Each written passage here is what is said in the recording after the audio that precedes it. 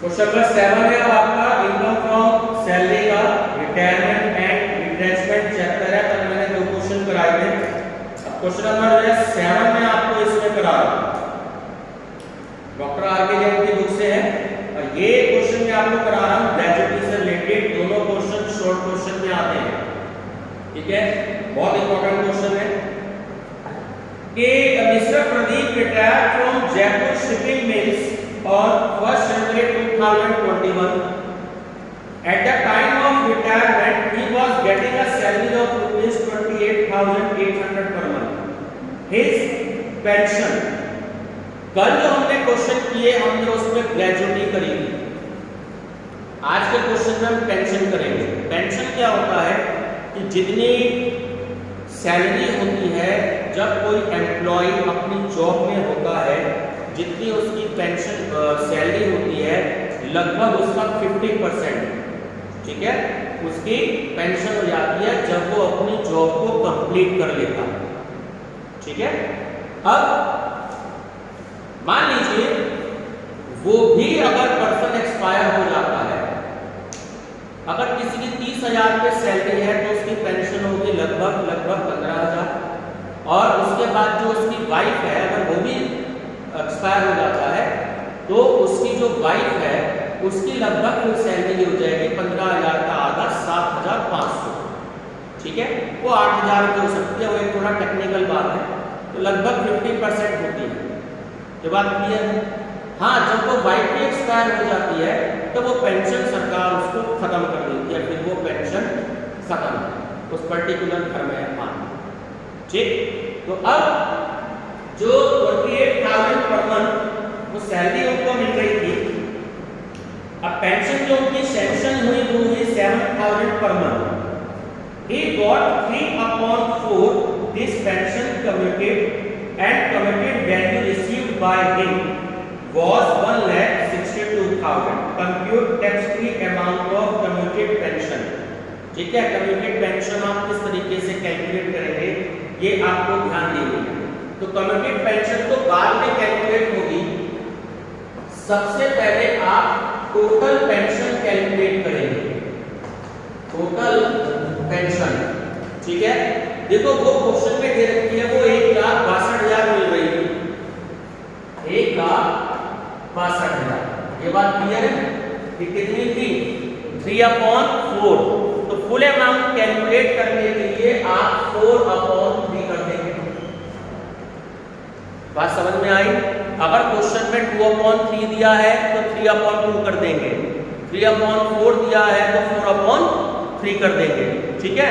तभी आप total amount calculate कर पाएंगे। बोलिए कितना है अमाउंट? 2,16,000। 2,16,000। तुम दोनों ही कैलकुलेटर कहाँ है?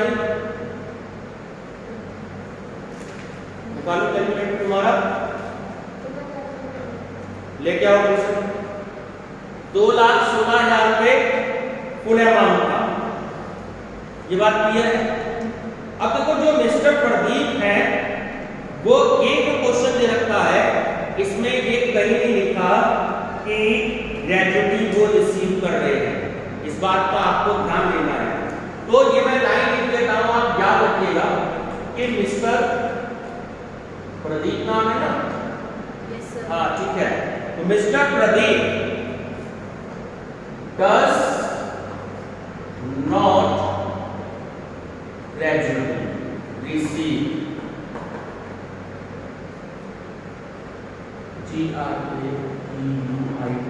gradually receive।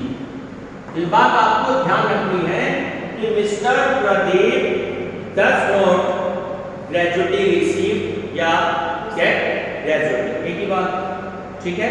तो आपको ध्यान रखना है एग्जम्प्टेड पार्ट कैसे कैलकुलेट करेंगे। Hence exempted part of gratuity, hence exempted part of gratuity shall, ठीक है। तो ये आपको कैलकुलेट करना है। अब ये बात आपको ध्यान देनी है, अगर वो असेसी ग्रेजुटी रिसीव नहीं कर रहा था तो 1/2, और अगर ग्रेजुटी रिसीव कर रहा है तो 1/3। ठीक है, इस क्वेश्चन में ग्रेजुटी रिसीव नहीं कर रहा। तो ये जो 2,16,000 का आपका अमाउंट टोटल पेंशन का था, इसका 1/2 बताओ कितना अमाउंट आता है? 1,08,000, इसका जो हाफ अमाउंट। Yes sir. ये वाली बात बताएं, सबको क्लियर है? तो 1,08,000 रुपए अमाउंट आता है। अब टैक्सेबल पार्ट ऑफ पेंशन कितना हो गया? टैक्सेबल पार्ट ऑफ पेंशन, देखो क्वेश्चन में कितना दिया था? 1,62,000। अब 1,62,000 में से 1,08,000 को माइनस कर दीजिए, यही आपका आंसर होगा। 54,000। 54,000। यही आंसर है? आंसर चेक करके बताओ। इसमें तो 1,08,000 दे रखा है इसका है? ग्रेजुटी का। चलो कोई बात नहीं, तो यहाँ पर केवल एग्जेम्प्टेड पार्ट को पेंशन का दे रखा है, तो एग्जेम्प्टेड पार्ट को पेंशन कितनी हो गई? 1,08,000। अगर आपसे क्वेश्चन में पूछे कि टैक्सेबल पार्ट को पेंशन कितनी है, तो जितनी उसको पेंशन उसके पास में है 1,60,000 जो क्वेश्चन में दी है, उसमें से आप 1,08,000 को माइनस कर देंगे। ये आंसर है आपका, बस इतना सा 54,000। बात क्लियर हो गई? 3 स्टेप में फिर से बता रहा हूँ। टोटल पेंशन जो है आपको सबसे पहले कैलकुलेट करनी है। 3/4 दे रखा है, 4/3 कर लेंगे तो 2,00,000 की आगे 2,16,000। ठीक, अब अगर वो ग्रेजुटी रिसीव कर रहे हैं तो आप उसका 1/2 कर देंगे, ग्रेजुटी रिसीव नहीं कर रहे तो 1/3 कर देंगे। तो क्वेश्चन में कितने गिवन है? 1,62,000, तो उसमें से 1,08,000 को माइनस कर दीजिए, ये आपका आंसर है। सर ग्रेजुटी रिसीव कर रहे हैं तो 1/3। 1/2, हाँ सॉरी 1/2 ग्रेजुटी रिसीव नहीं कर रहे हैं, और ग्रेजुटी रिसीव कर रहे हैं तो 1/3। ठीक है, ये आपका क्वेश्चन नंबर 7 था। अब इसी के बाद वाला जो है वो क्वेश्चन नंबर 8 है, ये करा रहा हूं। Mister Rajiv is getting a pension of ₹6,000 per month from the company, तो पेंशन वो रिसीव कर रहे हैं। During the previous year he got his pension 2/3 pension, 2/3 आ रहा है ना, क्या कर दोगे अपोजिट? 3/2। ठीक है, कमिटेड एंड रिसीव 2,70,000, तो जहां 1,60,000 दिया था, अब की बार इस क्वेश्चन में 2,70,000 दे दिया है। ये बात क्लियर हो गई? तो मैं आपको बताऊं, सबसे पहले अगर आपको देखना सिर्फ इसी लाइन की तरह है क्वेश्चन, सबसे पहले अगर आपको टोटल पेंशन कैलकुलेट करनी हो, कितना दे रखा है? 2,70,000। 2,70,000 का आप अपोजिट कर दीजिए 3/2, बोलो क्या अमाउंट है? 4,05,000। 4,05,000। ये बात क्लियर हो गई? अब इस क्वेश्चन में दोनों कंडीशन दे दी। फर्स्ट है कि मिस्टर राजीव गेट्स ग्रेजुटी, और सेकंड है कि mister Rajiv does not gratuity. ठीक है, तो दोनों सिचुएशन हो गई। इसी क्वेश्चन की तरह देखिएगा कि मिस्टर राजीव, क्या है सिचुएशन? कह लिए गेट्स ग्रेजुटी, गेट्स ग्रेजुटी। देखो ऊपर वाले क्वेश्चन में क्या कर रखा है? 1/2 जब वो ग्रेजुटी रिसीव नहीं कर रहे हैं। ठीक है, समझ में आई? तो अगर वो ग्रेजुटी रिसीव, और यहाँ पे लिख देता हूं, देखो pre condition, mister Rajiv does not gets gratuity, वो सीधी सी बात है, ग्रेजुटी रिसीव नहीं करेंगे तो 1/2। बात क्लियर होगी? चलिए, अब क्या है? एग्जम्प्टेड अमाउंट कैसे कैलकुलेट करोगे? एग्जम्प्टेड अमाउंट 4,05,000 था। Yes sir. अब ध्यान से देखो, वो ग्रेजुअली रिसीव कर रहा है तो 1/3 करो सॉल्व। क्या लिखोगे? 1,35,000। 1,35,000। अब नीचे दूसरी कंडीशन क्या है? Mister Rajiv does not graduating, तो 4,05,000 का 1/2। बोलो क्या नाम पाया? 202,500 चेक कर लो आंसर। सर सही है। ठीक है, दोनों सिचुएशन हो गई। ठीक, ग्रेजुएटी रिसीव हो रही है तो 1/3, नहीं हो रही है तो 1/2। बस ये आपको याद रखना है। ठीक, चलिए स्टॉप करो प्राची। दोनों क्वेश्चन है बहुत अच्छे हैं।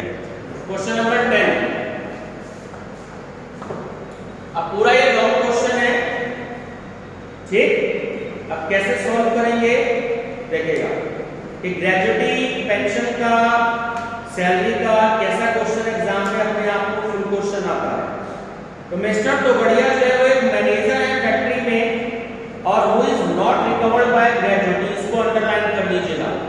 Not recovered by the gratuity at 1972। कल मैंने आपको एक क्वेश्चन करवाया था, कवर्ड वाला भी कराया था प्राची जी और नॉट कवर्ड वाला भी कराया था।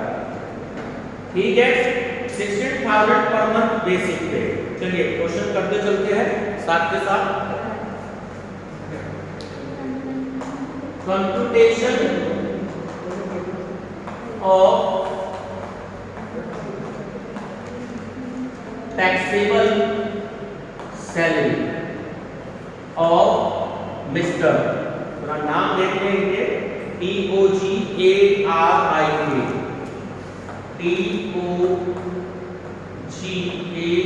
TOGARIK for the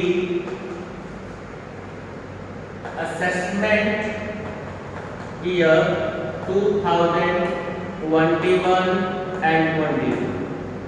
चलिए तो क्या मिल रहा है? सबसे पहले उनको मिल रही है सैलरी।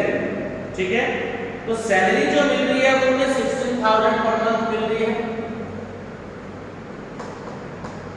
16,000। ठीक है, अब कितने मंथ से मल्टीप्लाई करेंगे जरा ये देख लीजिएगा। क्यों करेंगे 12 से? जरा लास्ट का पैराग्राफ भी पढ़ लीजिए, यानी second. After 31 years of service he retired on 1st January 2021। इसको अंडरलाइन कर लीजिएगा।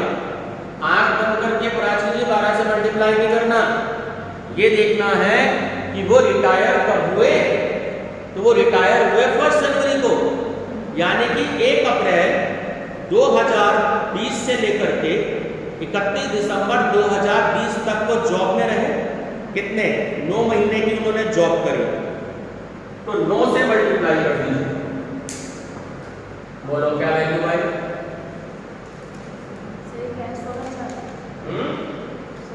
बोलो सर 144,000। तो 1,44,000 में सैलरी मिली। देखो जब भी कोई क्वेश्चन आए रिटायरमेंट वाला, एक बार उस क्वेश्चन को पढ़ जरूर लीजिएगा कि वो असेसी एम्प्लॉय कब रिटायर होगा। जरूरी नहीं है कि वो उसमें 31 मार्च को भी रिटायर होगा। बात क्लियर हो गई? तो 31 दिसंबर तक की उसने 9 मंथ्स की सैलरी ली, तो हमने उसको मल्टीप्लाई कर दिया। अब इसके बाद वो रिटायर हो गया। अब देखते हैं डीएनएस अलाउंस भी वो दे रहे हैं इसमें 1,600, तो डीए भी ले लीजिए। जाहिर सी बात है जब सैलरी 9 मंथ्स की है तो डीए भी 9 मंथ्स का होगा। ये बात समझ में आती है? जितने मंथ की सैलरी होती है उतने ही मंथ का डीए होगा। आगे देखिए, and 1,000 per month as HRA house rent allowance. चलिए ठीक है, HRA ये भी 9 मंथ्स का होगा। 1,000 को 9 से मल्टीप्लाई कर लीजिए तो 9,000 आ गया। एक 9,000 का आपकी वैल्यू आ गई। ये बात क्लियर हो गई? चलिए अब आगे बढ़ते हैं। He resides in own house, इसको अंडरलाइन कर लीजिएगा। वो अपने मकान में रहते हैं। He resides in own house। ये बात क्लियर हो गई है साबित जी? HRA की डिडक्शन होती है, वर्किंग नोट होता है जो हमने नहीं किया। क्यों नहीं किया? क्योंकि मिस्टर तोगड़िया अपने हाउस में रहते हैं। जब अपने हाउस में कोई भी रहेगा तो हम वो जो एक्चुअल रेंट रिसीव और rent paid minus 10% of salary या 40 और 50% ऑफ सैलरी जो करते हैं वो नहीं करते फिर उसमें, ठीक है। तो पूरा हमने अमाउंट ले लिया। चलिए आगे देखते हैं। आगे की ही कोट 16,000 एज ट्रैवलिंग अलाउंस फॉर 2। अब देखो ये जो ट्रैवलिंग अलाउंस है वो ट्रैवलिंग अलाउंस उन्होंने टूर पे लिया। अब ट्रैवलिंग अलाउंस जो लिया तो वो कंपनी ने उनको अपने जॉब से रिलेटेड दे रखा है ट्रैवलिंग अलाउंस। तो ट्रैवलिंग अलाउंस क्वेश्चन में नहीं आएगा। बात क्लियर है? एक कंपनी अपने एम्प्लॉय को किसी भी दूसरे शहर में भेज सकती है, तो वो कंपनी पैसा देती है, ठीक है। चलिए नेक्स्ट करेगा। एंड गॉट 1,60,000 एज ग्रेजुटी, ठीक है। इसको आप सॉल्व करेंगे, मैंने आपको सॉल्व करना सिखा दिया है। अमाउंट कितना आएगा ये मैं आपको बता देता हूं। इसको आप इस लेक्चर के बाद सॉल्व करेंगे। अमाउंट आएगा, वर्किंग नोट सॉल्व करेंगे, ये खुद से सॉल्व करेंगे वर्किंग नोट, ठीक है। चलिए नेक्स्ट देखिएगा। And ₹2 lakh as accumulated balance in his unrecognized provident fund। देखो ये मैं आपको बता दूं ध्यान से कि आगे की लाइन है कि he owed contribution debt and debt of the factory to this fund was equal को बॉक्स में बंद कर लीजिएगा। जो 2 लाख रुपए थे इसका मतलब 1 लाख रुपए तो एम्प्लॉय के थे यानी कि मिस्टर तोगड़िया के, और 1 लाख रुपए एम्प्लॉयर के थे यानी कि कंपनी के थे। तो ये बात आपको ध्यान रखनी है, जब भी आपको क्वेश्चन में अनरिकॉग्नाइज्ड प्रोविडेंट फंड देगा, रिकॉग्नाइज्ड प्रोविडेंट फंड में तो आपको 12% की सिचुएशन देखनी है, और अनरिकॉग्नाइज्ड प्रोविडेंट फंड अगर आपको क्वेश्चन में देगा तो उसका हाफ अमाउंट लेते हैं। कितना? क्योंकि इक्वल दे रखा है ना, सब 2 लाख दे रखा है तो 1 लाख तो बढ़िया का हो गया और 1 लाख जो है कंपनी का हो गया। ये बात ठीक है, तो ध्यान रखना। तो लमसम रिसीव्ड फ्रॉम, इस अमाउंट को लिखोगे lump sum received from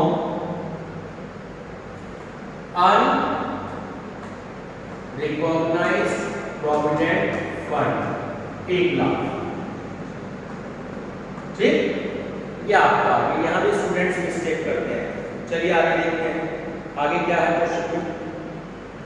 He also received ₹1,76,000 being the amount of salary including dearness allowance for 10 months earned leave which was credited at the time of retirement। परसों मैंने आपको दोनों क्वेश्चन कराए थे, first और सेकंड एनकैशमेंट लीव का, और लिखा leave accrued at 30 days per year of actual service। तो एनकैशमेंट ऑफ अर्न लीव का आपको अमाउंट कैलकुलेट करना है। एनकैशमेंट ऑफ अर्न लीव, ये सारी चीज आपको सिखाया था मैंने परसों, आप खुद कैलकुलेट करेंगे इसको इस लेक्चर के बाद। बता देता हूँ अमाउंट कितना आएगा, 4,000 रुपए। कितना आएगा? शुरू का पहला क्वेश्चन और दूसरा क्वेश्चन जैसे मैंने सॉल्व करवाया था वैसे आप देखेंगे इसको, ठीक। चलिए आगे देखते हैं। तो नेक्स्ट है he was allowed to get pension। देखिए पेंशन आ गई है 4,000 per month, 3/4 of which was commuted 1,20,000, ठीक है। कितनी अमाउंट आएगा कम्यूटेड पेंशन का? कम्यूटेड पेंशन रांची अभी अभी मैंने आपको सॉल्व करना सिखाया था। सर 1,60,000 1,60,000 कैसे आया? सर 1,20,000 को मल्टीप्लाई करके 4/3 से 1,20,000 का इसमें इन्होंने दे रखा है 3/4 तो 3/4 दे रखा है ना। तो 3/4 दे रखा है, तो आपने पहले किया था तो आपने कितना कर दिया? 4/3 कर दिया। चलिए ठीक है। उसके बाद अब वो ग्रेजुटी रिसीव कर रहे हैं या नहीं कर रहे, वो भी तो देखना है। क्या दिया है क्वेश्चन में? देखो ध्यान से, क्वेश्चन में पढ़ो आगे के ये दिया है वो ग्रेजुटी रिसीव कर रहे हैं नहीं कर रहे। तो his average salary during 10 months immediately preceding the retirement was 15,600। ये जो 15,600 रुपये जो दिया है, जब आप एनकैशमेंट लीव का वर्किंग नोट कैलकुलेट करेंगे, ये 15,600 रुपया आप कहाँ यूज करेंगे? ठीक है, चलिए अब इस क्वेश्चन में ग्रेजुटी उन्होंने रिसीव नहीं करी है, केवल लास्ट लाइन दे रखी है कि he is employer deducted ₹70,000 of income tax and 2,000 for employment tax. Sir ये ऊपर भी दे रखी थी कुछ एंड गॉट 1,60,000 एज ग्रेजुटी। कहाँ है ग्रेजुटी? सर 4th लाइन में। ठीक है, ग्रेजुटी है, तो अब कैसे सॉल्व करेंगे? अब तो वो ग्रेजुटी भी ले रहे हैं, तो ग्रेजुटी को जब आप सॉल्व करेंगे, ग्रेजुटी अगर वो ले रहे हैं तो 1/3 करते हैं। ठीक, चलो अमाउंट बता देता हूँ कितना आएगा, सॉल्व करिएगा। 6 6 6 6 7 राउंड ऑफ में कर देंगे, ये आपका अमाउंट आएगा। ठीक है, करके देख लो कैलकुलेटर पे, साबित निकालो कैलकुलेटर। कितना अमाउंट दिया है आपको? आपका अमाउंट दिया है 1,20,000। 1,20,000 का 4/3 करो, कितना अमाउंट आया? 1,60,000। 1,60,000। ठीक है, चलिए 1,60,000 1/3 करो, 5,3,3,3,3 करके देखना, इसको बाद में नहीं होगा तो मैं बताऊंगा। ठीक, चलिए अब इसका मुझे टोटल करके बताइए। एक चीज और रहेगी, अनकम्यूटेड पेंशन की, ध्यान से देखो। अनकम्यूटेड पेंशन, ये तो आपकी वैल्यू होगी कम्यूटेड पेंशन। एक दे रखी है अनकम्यूटेड पेंशन, क्वेश्चन में देखो 4,000 रुपये पर मंथ दे रखी है, मिल गई वैल्यू 4,000 रुपये पर मंथ। तो कितना अमाउंट आया? ध्यान से देखो, 4,000 का, इधर देखो ध्यान से, ये फर्स्ट टाइम आ रहा है, तो 4,000 का 3/4 दे रखा है। तो जब आपने इसको इससे काटा तो वैल्यू कितनी आ गई? 1,000। मल्टीप्लाई कितने से करेंगे? 3 से, क्योंकि 9 महीने की तो वो सैलरी ले रहा है और 3 महीने की पेंशन ले रहा है, जनवरी, फरवरी और मार्च की। तो 3 से आप इसको मल्टीप्लाई कर दोगे तो 3,000 आपकी वैल्यू आ जाएगी। बात समझ में आ गई? फिर से बता रहा हूँ, 4,000 तो दे रखा है, वो 3/4 दे रखा है, तो आपने डिवाइड किया तो 1,000 आ गया। 3 महीने की वो पेंशन ले रहा है, जनवरी की, फरवरी की और मार्च की, तो 3 से आपने मल्टीप्लाई कर दिया। ठीक, अब जरा टोटल करके बताइए। 3,81,667 3,81,067 यही है या 40 वाले सर? अच्छा 341,067। ठीक है, चलिए लेस, अब डिडक्शन माइनस करेंगे आप। कौन सी डिडक्शन लगती है निशिका जी सैलरी में? Under section deduction under section 16। ठीक है, लास्ट लाइन देखो, 2 दे रखे हैं, क्या चीज आएगी इसमें? फर्स्ट नंबर पे क्या आएगा? एक तो आएगी स्टैंडर्ड डिडक्शन, कितने रुपए की होती है? 50,000 रुपए, ये तो आपको याद रखना है। अब देखो एक उन्होंने आपको दे रखा है, is employer deducted 17,000 of income tax, ध्यान रखना ये कभी नहीं आता इनकम टैक्स, केवल जो उसके बाद जो दे रखा है एम्प्लॉयमेंट टैक्स वो आता है। ठीक है, बच्चे वहां पे मिस्टेक कर देते हैं। तो सेकंड नंबर पे आपका आएगा employment tax. Yes, sir. Employment tax कितने हैं 2000। Yes, sir. अब ये 52,000 इसमें से माइनस कर दीजिए। Sir, 289067. 289067 067. ये आपका आंसर होगा, चेक कर लो। Sir, सही है। सही है। अब इसमें दो वर्किंग नोट आप कैलकुलेट करेंगे, एक तो ये 3, एक ये और एक ये। मैंने आपको सिखा दिए 6-7 क्वेश्चन में, अब आप इसको स्टैंड करेंगे। ठीक है, चलिए बाकी क्वेश्चन जो है वो हम नेक्स्ट वीडियो में करेंगे।